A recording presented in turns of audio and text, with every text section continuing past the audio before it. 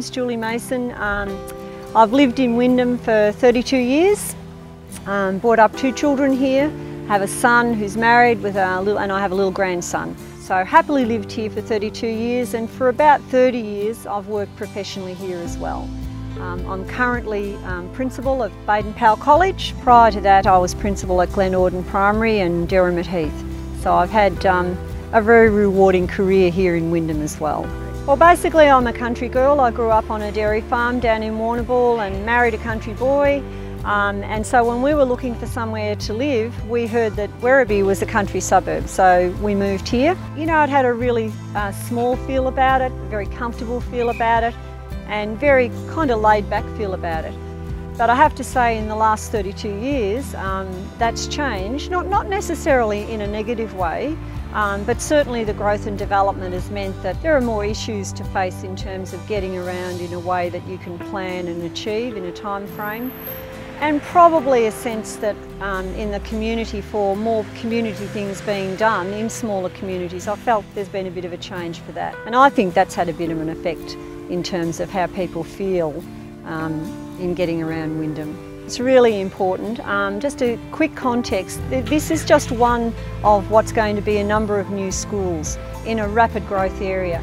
So we started with 500 students. Then within 3 years we're up to over 1,000 students. Now we have 1,200 students. So that's a lot of little feet coming and going. It almost feels like every family has to come in a car. So that creates really serious congestion. And we've had several minor mishaps and one accident that one little girl is very lucky to have got out of it with just a big fright. There's been instances of perhaps road rage or perhaps just frustrated people in cars that's created an impact for people around them as well. For me, that's a big issue to have to manage and keep people content and feeling safe about in and around and leaving and coming to school. I'm a bit of a walker, so I come with a bit of a bias, I suppose, and I walked to school as a kiddie, about nearly half an hour or more walk. For me, I think we need to get everyone more fit and active, and we need to think about ways to get to and from school other than jumping in the car. So I want to see them bike, scoot, walk, run. And I particularly want to see things like the walking school bus that this council initiated a few years ago that we tried to get up and running. I want to see that more like community walk groups, where you do get people who live in certain areas and certain streets actually come together and walk together in the morning to school. And there's enough children from, around this immediate area that could be doing that, with adults saying, look, that's a better way to move to and from school. And that would cut out on a lot of the problems that we're seeing now, people doing silly things, pulling into car parks, blocking traffic, and to my mind is a fairly easy solution to it, and I want to see that happening. We were looking before at children who needed to be dismissed early because the buses aren't in sync with school dismissal time. That's a big ask, I know, for the bus companies because we've got so many schools in Wyndham and they don't always finish at the same time, but it would be useful if those that go on buses could get on buses in an efficient way. It'd be useful if there was more frequency of buses being able to come in and around schools.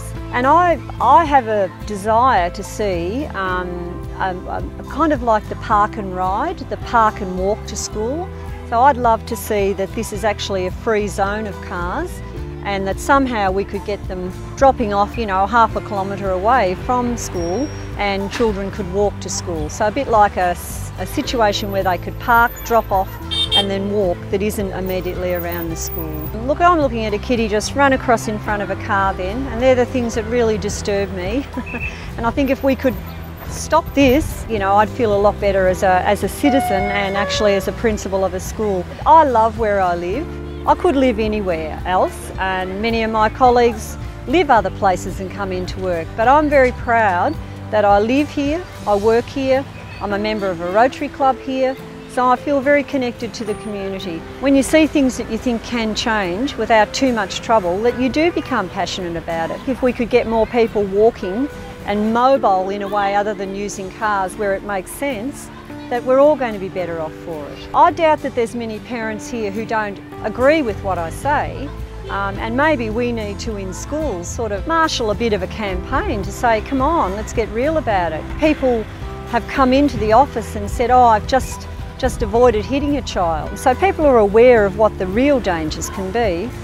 So I think just through the schools, you'd get some really good allies, I think, in trying to really shake the tree a little bit and try and work towards less cars around schools. I think we need to work and have the support of our local government, and certainly there's enough of us who want to agitate to support our local government to get what's needed as well. And let's just put our not just shoulder to the wheel, our feet to the footpath really, in terms of, you know, doing something a bit different in terms of getting our children to and from school.